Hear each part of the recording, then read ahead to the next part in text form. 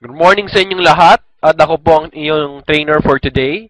Ako si John Jester Ching and ang di-discuss ko ngayon is General's Course 1, New Technopreneurs Orientation or NTO. So ano ba talaga ang dapat mong gawin pagka-join mo ng V-Mobile? Siyempre, number 1, aralin mo ang negosyo at mag-attend ng trainings, which is ito po yung first part. So, anong gagawin nyo on your first week sa V-Mobile? Kailangan nyo pag-aralan ng negosyo, yung company profile, V-Mobile products, important commands such as access card sign-up, using and ordering products, replenishment of LX accounts or reload ng load wallet, maximize the website, loadextreme.ph and mylx.biz, and how to start sharing the business. So, prospect listing, first invites, and anong gagawin mo pagka-join ng mga technopreneurs mo sa group. So, dito, company profile, ang V-Mobile Technologies ay established April 29, 2008. So, as of now, more than 3 years na po ang company. So, pwede nyo sabihin na, sabi nila, pag 2 years na ang company, ibig sabihin, 95% stable na po ito. So, mag-ingat kayo, maraming mushroom companies ngayon or yung mga fly-by-night companies na ngayong araw, andyan sila, kinabukasan wala na sila. So dito, ang V-Mobile subsidiary of Penta Capital Management Corporation. Ibig sabihin, ang Penta Capital ang may-ari ng V-Mobile. So proven technology for 5 years. Yung load extreme kasi, yung system na ginagamit natin, yan pa yung pinakauna dati, 2003, si Sir Benko ang gumawa ng Universal Loading System. Nauna pa tayo sa Smart. Nung wala pa silang e-load, meron ng load extreme. Diba? Ang galing ni Sir Benko. So dito, 1.1 billion revenue in less than 2 years. Ibig sabihin, kumikitang kabuhayan talaga ang V-Mobile. So pag ang kumpanya kumikita, hindi yan magsasara. Dito, who is Penta Capital? So, kailangan nyo gawin yung homework nyo, mag-research kayo, pero some points na pwede nyo ma-consider dito is, established sila 1957. So, more than 50 years na ang Penta Capital, ibig sabihin, sobrang stable na nito. So, kailangan i-build up nyo yung credibility ng Penta Capital dahil sila yung may-ari ng V-Mobile. And syempre, para ma-warningan nyo rin yung mga prospects nyo sa ibang kumpanya na yung tao-tao lang may-ari, sa atin talaga, super credible and super stable yung company natin. V-Mobile products, yan. Sobrang dami nating produkto. Cellphone cards. Yung mga cards na ini-scratch.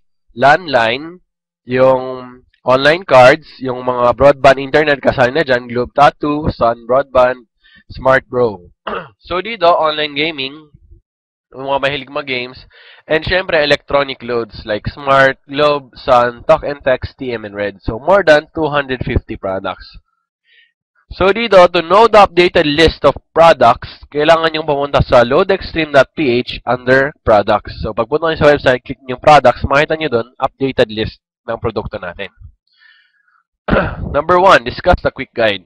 So, kasama sa kits nyo, kung binuklat nyo yan, is meron po dyan nakalagay na quick guide. And sa loob nyan, meron dyang LX gateways. Ano tong mga gateways na to? Ibig sabihin, lahat ng commands na gagawin nyo, kung maglo-load ba kayo, transfer ba kayo, lahat yan, ipapadala nyo sa gateway. Pero dito sa gateways natin sa quick guide, medyo congested na siya. So, we suggest na gumamit kayo ng updated gateways. Ito yung mga updated gateways. Okay? So, pwede rin kayo kumuha ng listahan ng updated gateways sa kanya-kanyang upline team leaders nyo. Okay. So, paano mag-register ng access card? So, dito, pag gamit mo yung cellphone mo, merong format sa quick guide mo, LX space reg, space ID number, space SAC, yung SAC, subscriber activation code, located sa likod ng access card. Space birth date, remember to follow the format, which is month. Kung March ka, 03-22-1988. Okay, March 22, 1988, tandaan yung birthday ko. And then space, telco, kung Globe, Sun, or Smart. So, pag talk and text or TM, talk and text ka or red, ibig sabihin Smart ka. Pag TM ka, Globe, space your full name. So, send to your updated gateway, magre-replay siya ng PIK nyo. So, remember, ang tawag natin doon sa cards, hindi po siya retailer cards. Pwede nyo tawagin Techno User cards or Access cards na lang. And then, very important, take note of the assigned gateways and save it as your primary gateway. So, pag text nyo sa gateway, mag-assign siya ng gateway sa inyo, isave nyo sa phone book nyo para mas madali. Double check your birthday, kung tama yung format, telco, and full name. Pero ang recommended talaga namin para mas madali is online access card sign up.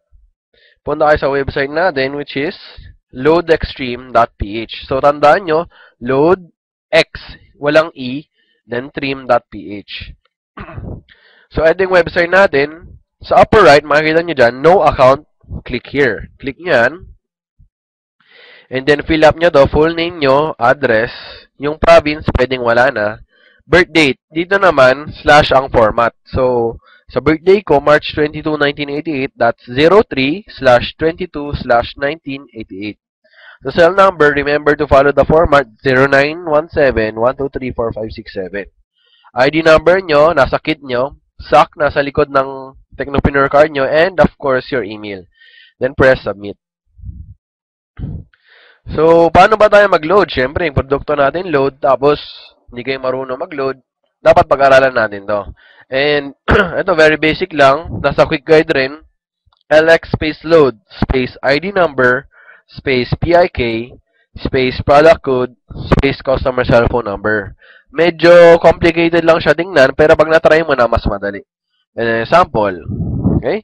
LX space load, ito yung ID number niya, 53412345667, space PIK, space your product code, SU50X, ibig sabihin, Sun 50 ang denomination, and then the cell phone number.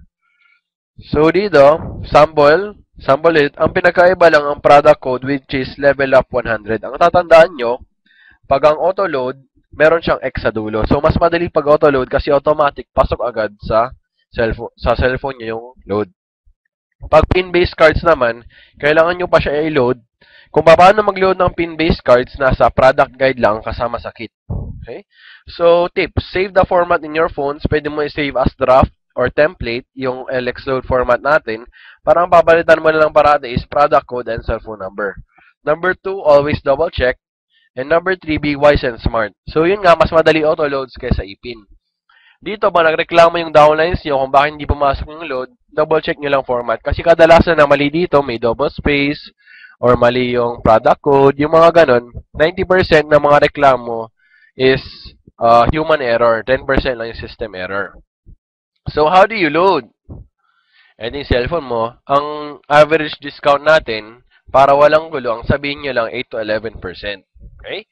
And then, what if meron kang 500 na load wallet? Niloadan mo ng Smart 115. So, ang nabawas sa'yo, hindi 115, since discounted tayo, ang nabawas lang sa'yo is 103 pesos. So, magkano na lang natira sa load wallet mo?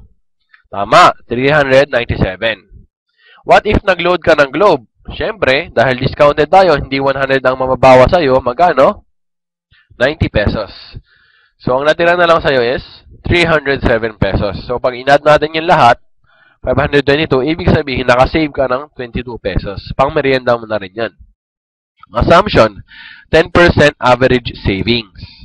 Tapos, 30 pesos yung load mo araw-araw, that's 900 pesos sa buong buwan. That's 90 pesos monthly savings. So, kung napansin nyo dito, average savings. Hindi ko